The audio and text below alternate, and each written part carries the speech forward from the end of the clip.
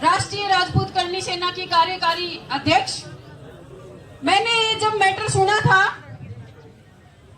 तो मुझे पहले तो समझ में नहीं आया कि कोई आदमी इतना क्रूर कैसे हो सकता है, लेकिन जब मैंने इसकी पूरी वीडियो देखी तो मैं आपको बता दूं कि कल लाइव भी मैं आई थी और प्रशासन के काफी सारे फोन भी मेरे पास आए कि मैडम आप मत आना।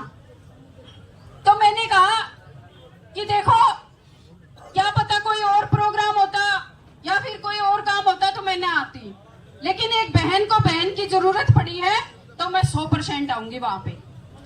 आपको बता दूं कि मैं रिवासा गांव की हूँ, रिवासा गांव मेरा है और शादी मेरी राजस्थान में हुई है। तो जब मेरी बहन को मेरी जरूरत पड़ी तो मुझे कुछ भी समझ में नहीं आया और मैं बिना आओ ताओ देखे मैं वहां से निकल गई। और मैं आपको बता दूं कि पहली बात तो 3 दिन हो गए ना।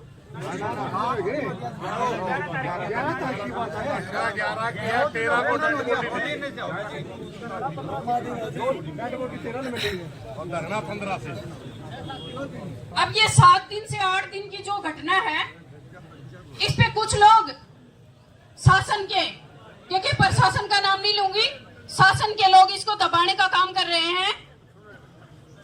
क्योंकि प्रशासन अगर इसमें होता तो 3 दिन का टाइम नहीं लगाता उसको ढूंढने में।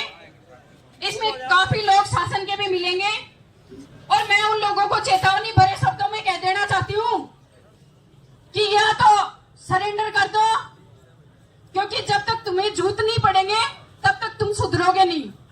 और ऐसे लोगों को मैं कहती हूँ कि अपने चौराहे पे ले जाओ और फांसी देकर ही उसको आप पीछा छोड़ो। ऐसे फांसी दिए बिना पीछा नहीं छोड़ना है।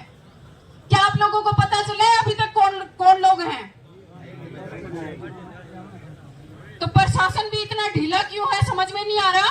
आप जब 7-8 दिन से ढूंढ रहे हैं तो अभी आपको हत्यारे मिल नहीं रहे, आप क्या चाहते हैं हमसे?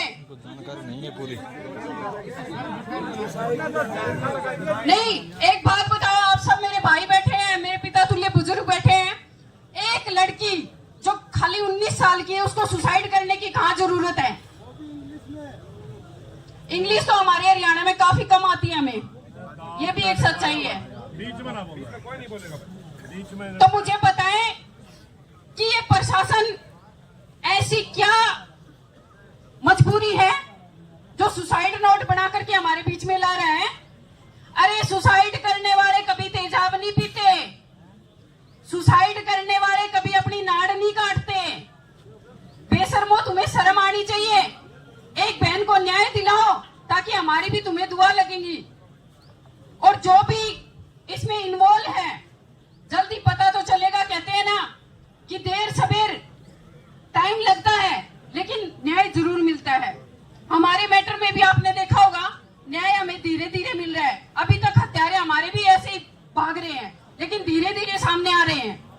पर मेरा हरियाणा हमेशा से मजबूत है, मेरे भाई हमेशा से मजबूत है। मैं आप लोगों को कह देती हूँ कि जिस दिन भी आपको पता चल जाए उनका जच्चा बच्चा मत छोड़ना।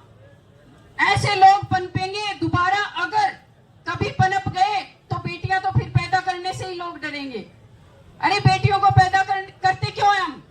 बेटियों से 2 परिवार बसते हैं, परिवार एक ससुराल और एक मायका। अगर ऐसे कांड होंगे तो हम क्यों बेटियों को पैदा करेंगे और क्यों बेटियों को आगे बढ़ने के लिए आगे आकर्षित करेंगे? पहले कहते थे लोग कि बाल विवाह कर दिया, बाल विवाह कर दिया। बाल विवाह पे रोक होनी चाहिए, शिक्षा पे रोक होनी चाहिए, महिलाओं को शिक्षा मत दो, बाल विवाह कर दो। अब मैं कहती हूँ कि कहीं ना कहीं बाल विवाह ही ठीक था। कम से कम हमारे ऊपर इतने अत्याचार तो नहीं होते थे ना, हैं? आज हमारे ऊपर जो अत्याचार हो रहे हैं साले बेशरम, उनके घरों में मुझे नहीं पता क्या औरत होती है या नहीं होती, लेकिन इतने घिनौने हत्याकांड और घिनौने कार्य करते हैं ऐसे लोग। निर्दयी और जानवर की दृष्टि से देखती हूँ मैं, ऐसे लोगों को इंसान की दृष्टि से देखती नहीं हूँ। और मेरा फुल सपोर्ट आप लोगों को है। ये करनी सेना, सुखदेव सिंह गोगामेडी की करनी सेना आपने सुना होगा, 22 राज्यों में फैली है। आप एक इशारा करना, पूरा हरियाणा जाम ना कर दिया तो मेरा नाम बदल देना।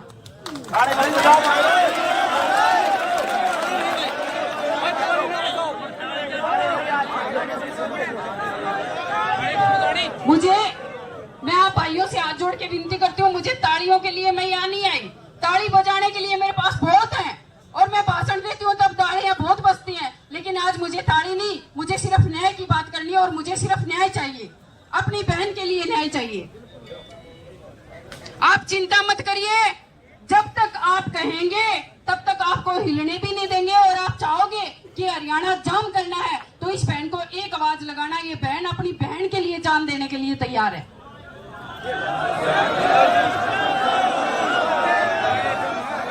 हरियाणा पुलिस, हरियाणा पुलिस, न्याय दो, न्याय दो, मनीषा को न्याय दो, मनीषा को न्याय दो, मनीषा को न्याय दो, जोर जुर्म की टक्कर में, हर जोर जुर्म की टक्कर में, अब चाहे मरना पड़ जाए, चाहे कुछ भी करना पड़ जाए, मेरे भाइयों आपको हिलना नहीं है, मतलब नहीं है। आपको जो चीज चाहिएगी, खाना पीना जो भी चाहिएगा, मेरी बहनें तैयार बैठी हैं आप लोगों के लिए। आप आवाज देना, बहनें ला करके देंगी, लेकिन हिलना नहीं है, क्योंकि आज आपका ये कदम हमारे 50 साल सुधारेगा और आपका ये एक कदम हमारे 50 साल हमें पीछे ले जाएगा। आप सबको बीच में रहना है और जब भी मेरी जरूरत हो मैं आप लोगों के लिए तैयार रहूंगी। बस एक आदेश कर देना आप सभी को। राम राम।